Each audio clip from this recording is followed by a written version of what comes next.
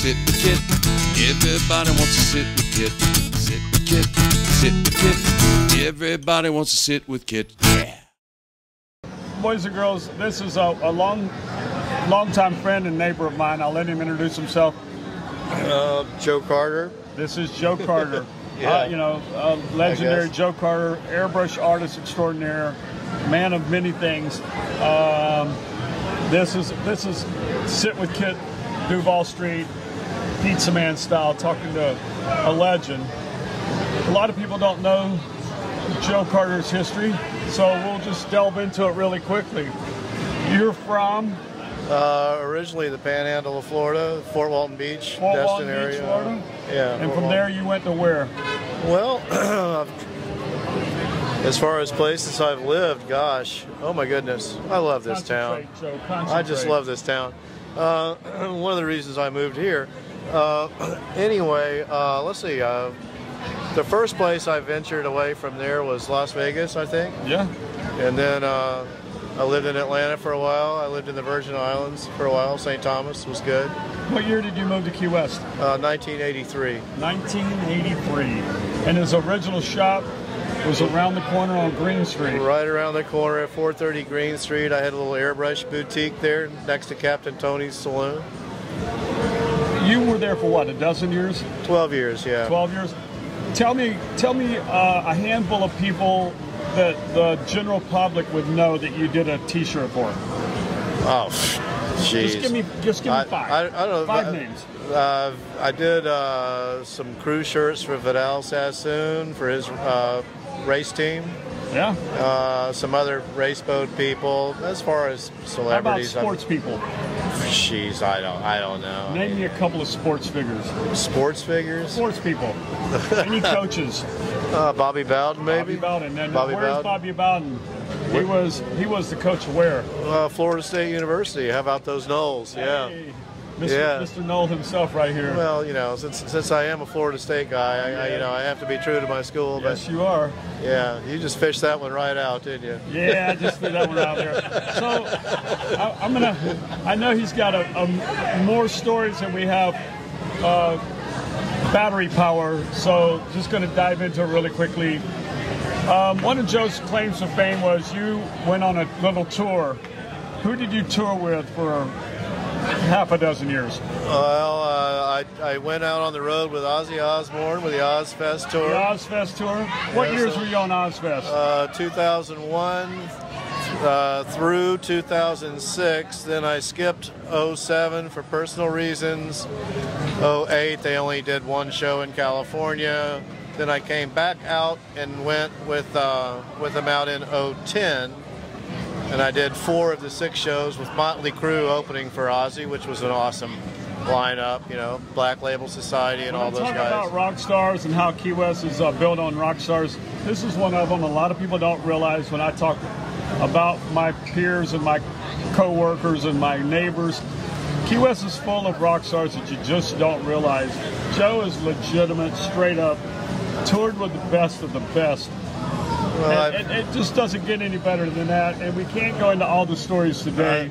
We'll save it for another time. I was just about to say I got to skip a few stories, but yeah, there's a whole chapter just on one of those shows, probably by itself. But anyway, I've heard some, and it's we'll delve into one of them a little deeper one day. A lot of that stuff we can't even talk about, but that's okay. You know, we can't because it's a podcast. Well, can we talk about it? We might have to get permission from 1 or 2 people if we name too many names, but yeah, we'll get into that some other time. But that was a big part of your life on the road with the Ozfest tour. It was. Yeah, it was fun. Yeah. How many guys did you have working with you? Usually around 3 to 4. I had a driver, I had a salesman, a roadie, and another painter, and myself usually. So. And now what do you do currently? Currently I dink around on my boat, ride around on my scooter, try to keep my little MG running. You still do any airbrushing? I do a little bit of airbrush. I body paint. I paint the titties still. I paint the titties. I still paint the wild naked titties. When was the first time you did a body painting? The first time was in Fort Walton Beach before I ever moved here, but it wasn't. It was a special thing for somebody going to a party. I worked in a regular, a regular airbrush shop back in the day, but when I came down here and I had the little store around the corner, then it all took a whole different turn with this thing called Fantasy Fest. There you go, Fantasy Fest, and that's when you started body painting. That was the monster that started it all, right there.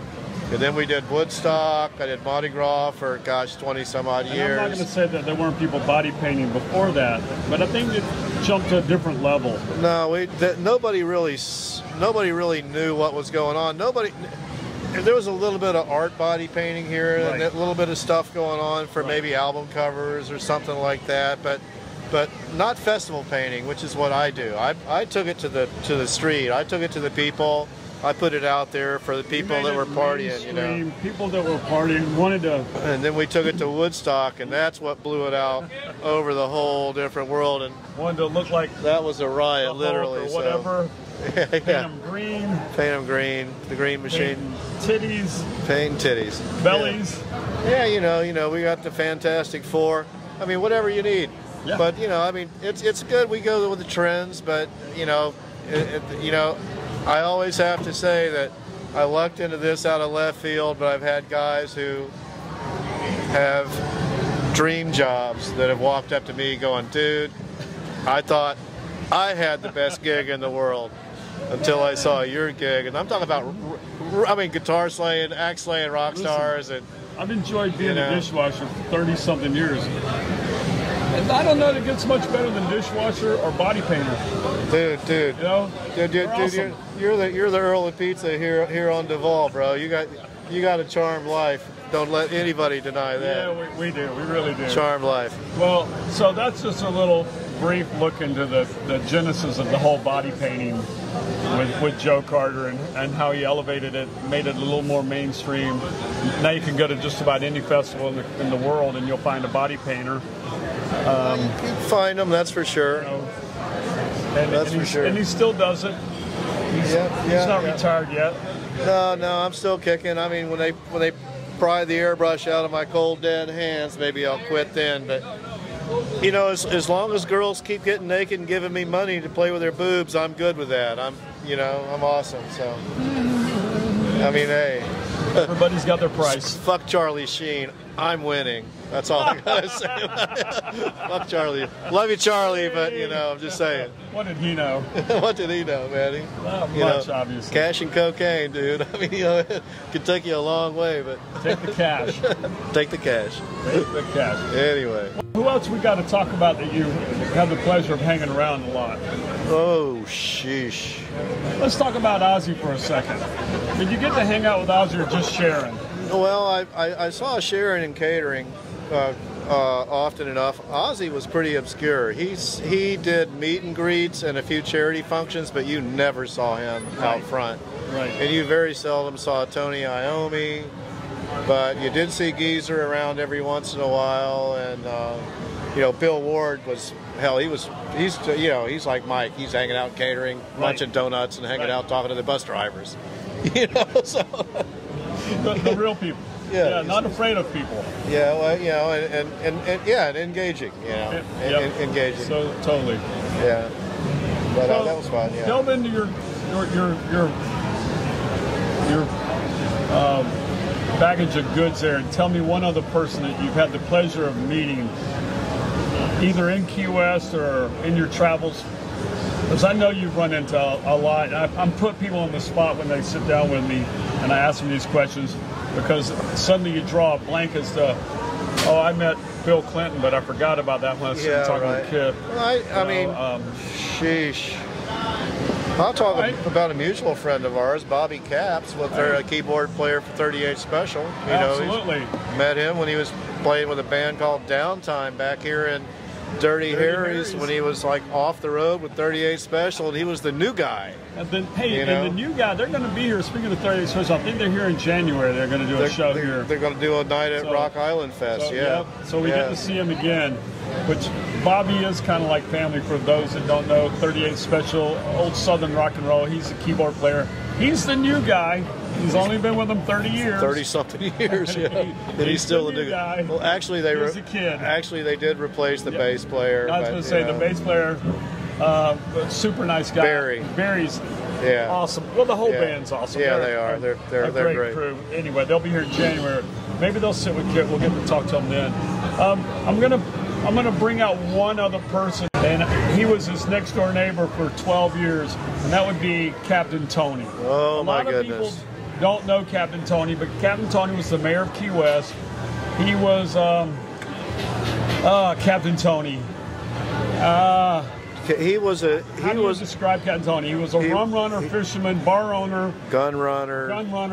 He was philanderer, womanizer. Half the songs that Jimmy Buffett wrote were stories inspired, probably, or around by. I shouldn't say half, but I think the last Mango in Paris and a few other songs was about him, and inspirational for sure. Well, absolutely inspirational. Yeah. So tell us a little something about Captain Tony. Well, when I first moved here, he was one of the first people I met because he was my next door business neighbor. Right. And shortly thereafter, I ran into him out at the dog track. When we used to have a dog track up on Stock Island, watching the puppies. I was out there with a friend. We were just checking it out. I'm new in town and never been to the dog track, and ran into him. And he used to hang around this guy named Charlie Tuna. I don't know if you ever remember Charlie Tuna. I remember Charlie Tuna. And they were sitting there, and I walked over and said hello. And he asked me what I was doing, and I told him I had no idea what I was doing. So he taught me how to read the racing form and bet the puppies. And he knew that well. You know, but aside from that, he was a dear friend of mine. I love that man. I was on tour, and we were doing a show in West Palm Beach. Yep. On his 90th birthday, and we got into town. I jumped in a rental car. I drove down here. We had his 90th birthday party upstairs here at this bar. Right. I spent the night in my own bed. First time I'd done that all summer. Got up the next morning, drove back to West Palm Beach, spent the night, and then got up and did a rock show the next day. And that was his 90th birthday. That was his 90th birthday. And a couple little caveats on that. That night, I had to help his son, his youngest son, who was 18, get into the bar because they said, "You're not old enough to be in here." And I'm like, you know, they're honoring his father's birthday. And everybody looked at me and go, "That kid's not his son." I go, "That's his last son." 4 wives, 8 or 10 kids. I don't 12. remember. I don't know. A bunch of kids. And I got the pleasure of hanging out with him on his 90th birthday. And to backdate the story a little bit, me and a friend of mine, I won't say his name, but his initials are Mark Rossi, got to hang out with him on his 70th birthday. And I remember thinking to myself, God, I hope I'm doing this when I'm 70, because I could not believe that guy was 70 years old, and it was his 70th birthday, and we had a good time. He was a great dude. He really was. Fantastic. And he couldn't stand the fact that I'd moved here from Alabama and had a pizza shop. So even though he knew, he would always call me Jersey. He'd go, "Hey, Jersey." He'd always call me Jersey. He'd say, "Hey, Kit. Hey, Jersey Kit, what's up?" He'd always call me Jersey Kit because he just couldn't believe a guy from Alabama would be making pizza. You don't even look Italian. And he was. I like pizza. So, hey, here's a question for you. If you were a pizza, what kind of pizza would you be? One without pineapple. All right, boys and girls, there you heard it. One without pineapple. So listen. I'm good with everything else. And you know what? And if it's free, he'll eat the pineapple. Trust me. I will. A free meal's a good deal. Just ask Mark Rossi. Let's bang on Rossi a little bit. Let's do that. Who is this Mark Rossi we're referring to? He's kind of like one of my best buddies on the planet. Owns all this dirt around here. Yeah. All the names attached to it, you know, for the most part, except for this one. Yep. And I'm sure one day he'll sit in that chair over there and tell us stories about you. We just got to catch him when he's not busy. I know he's always got 9 irons in the fire, always doing something. But yeah, he does. One day we'll get Mark to sit down and sit with Kit and see what stories he has to tell. Well, I'll tell you what, we've had some stories, all of us, and he and I especially. I mean, we traveled together, rolled together back in the day when he first bought this place. He was a young guy, and I used to hang out over at Sloppy Joe's with those guys, and some of the old crew over there. They gave him about 6 months. Right. You know, he's been here now for I think 37, 38 years now. Well, he bought it in December of '84. Yeah. So everybody do the math at home. Yeah, that's 38 So years. give us, before you go, give us one story, maybe like the first time you ever met Mark. Do you remember the first time you met Rossi? I'm fuzzy if it was the very first Suds run that they had, because he was out front pouring beer at the bar stroll, and I came around, and him and Vince were pouring beer. And that may have been the first, because I knew that was when it was a real run, and it used to be a run. Oh yeah, it started absolutely. out as a run, a real run. You yeah, ran. It was a timed race. But he was the new guy on the block. I never even had seen him yet, but I had met Vince. Yeah. Because Vince was the first GM here, and the first bartender, bouncer slash waitress, manager, waitress, all that stuff. Because it was so slow back in the day. But and then I think I met Mark around that time. But it was correct. You know, and then started seeing him around off and on over the years, and next thing you know, 30 some odd years. A lot of waters passed under that bridge. 30 some odd years later, here we are. 17 countries and 30 years later. Yeah, it's only rock and roll, but I like it. Rock and roll. How many Rolling Stones shows have you seen with Mark? A lot. A lot. A lot. There you go. A lot. A lot. It is only rock and roll. And would have seen more if we hadn't been hit by a hurricane here and there, or canceled a few different. We did Europe with the No Filter European tour, and he had to cancel that because we got hit by Hurricane Irma. He had too much responsibility. That was a good epic tour. Joe and I did Lucca. 6, 7. We did Lucca. Well, I did Lucca, Italy, Barcelona, Spain, and Amsterdam. And then you continued on, I believe, or whatever. Yeah. So, that was a great tour. That was a great 21 tour. days, I think 4 or 5 shows. Rolling Stones. And then I saw him 3 tours in the States on that same tour. Right. New Orleans, Jacksonville, and Miami. The very last show, Charlie Watts was alive. We did see the last show. That was on Valerie's birthday, August 30th. And that was supposed to be the first show we had. And it got canceled by a storm. No, it got canceled because Nick had a heart attack. Right. Then it was supposed to be on the 31st, and they moved it up a day because of the storm. And that was one of the best shows. And it rained right at the end. And the encore at Ford, and that was fantastic. Awesome. I've got a lot of favorite shows, but I have to call one out that Joe and I got to see that a lot of people, I guess 1 million people saw it.